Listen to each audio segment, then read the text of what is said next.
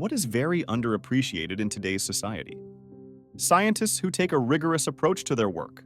We glorify money chasers and salesmen and pretend that grift and greed built the modern world. Not true. America in particular was made strong by its extreme investment in basic science and training up generations of people who knew how to conduct an experiment and how to document and debate about. Fanatics are worthless to civilization. You need people who are capable of being skeptical, objective, and willing to re-examine their assumptions. We've all but destroyed those folks in favor of quick answers, marketable sound bites, and mass hysteria. Spending a day walking around a city with no plan, doing nothing, without a phone to look at. I did this in Dublin a few years ago, wandering aimlessly, stopping at pubs for a Guinness, chatting with people, watching street performers, strolling through parks, people watching. Great way to clear your head. Great way to... How much work in previous decades went into things like reducing emissions that were causing acidified rain, cleaning up various highly polluted rivers in America, restricting the stuff that eats away the ozone layer, fixing the Y2K computer problem, mostly before it caused actual problems, rather than after, and how the initiatives that accomplish these things would be basically impossible in today's political climate.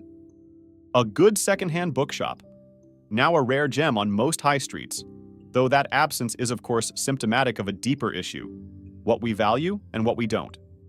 To have a job, that doesn't make you toil to death and gives you space to try things outside of work, things that don't pay, but actually make you happy. Community collages. I've been going to one since 2023, and they are honestly awesome, especially for the first couple years.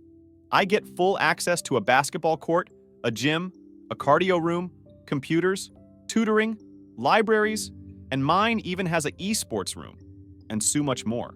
They're also so much less expensive per credit, which is awesome. There is a wide range of classes for almost any major starting off. Most if not all classes can be taken online as well, or after working hours, on weekends, to be flexible with people's schedule. They normally offer certificates as well, or a mini classes. That will take a couple years to complete. I think 1 or 2, some even less. They give you certification to get a higher pay grade in your current job without having to quit. Small class sizes and individualized learning. A lot of these are local and very close to home, so you don't have to worry about dorming. There are also pretty good and offer a lot of good programs to transition from that community college to a 4-year institute. A majority of them offer dual enrollment to high school. Kids can get them higher education earlier, and sometimes even fill in for classes that high school offers. You mean so many different people, especially during the summer classes. I took a speech class in the summer of 2023, and there were people who were probably in their 50s. It was a speech class, hearing everybody's speech, and how it relates to the different stages of life and shit like that was pretty cool. It's really interesting to see a lot of people that almost looked randomly selected learning the same topics together. It's crazy. Kindness and honesty. Almost nobody cares about it anymore, and when met with it, they react with disgust. Politeness. I go out of my way to be polite until I am given reason not to. Servers in restaurants do double takes. People are surprised when I hold doors for them, and retail clerks seem taken aback when I thank them for serving me. Peace. Like literally having no war. For most of humanity's existence, this type of peace is unheard of. I get there are wars around the world and lots of bad things, but it isn't as widespread as it was. Children. I know, they're annoying and costly, and loud and smelly, etc., but every single human was a child at one point. Everyone today talks about kids as if they're an alien. You were a kid. Surprise! And you wished adults listened to you and understood you. People act like it's a product, something you either do or don't want, like an object. I don't care if you have kids or not. Treat them with due respect. They're baby, vulnerable humans. What the even fuck is the deal with people not liking kids like they haven't been there themselves? They're not for everyone, and should be by choice. But they're sacred members of our societies. Love, protect, and support them. What the even would you not for? Running water. Just think about how magical that is in the grand scheme of the human experience.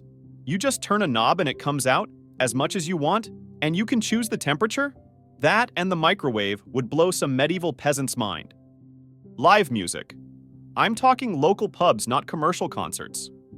People don't appreciate how much it takes a musician to hone their skills and get the nerve to perform live. I miss listening and appreciating watching someone with talent perform.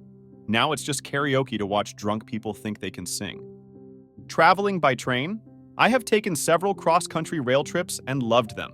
You sit and watch the scenery. You can read, socialize, sleep, eat, and not have to worry about getting gas or worry about directions. I loved taking trains in Great Britain and Europe. The US trains are nice, but I find the routes a bit more difficult to navigate. I don't think many people in the US care about train travel anymore. It's very underappreciated, and I'm afraid they'll disappear in the near future without more support. Courage. It's easier to go along to get along. It's easier to work in the system you already know. It's easier to blame paperwork or process or needing permission for people suffering. It's easier to accept the status quo as it is and retreat than it is to try to stand up and change it. It's easier to tell white lies or comforting half-truths than it is to be direct. It's easier to numb ourselves with weed or booze or reality TV than it is to risk the crush of disappointment. It's easier to defer to supposed authority and wait for your chance or guard your future prospects. Being able to talk to random people on the internet when you are lonely. Everyone says the internet has destroyed our mental health. And maybe it has to an extent. But as a disabled person, I'd be dead if I didn't have the amazing people I've met online. Thank you for watching this video. Write your comments and don't forget to subscribe.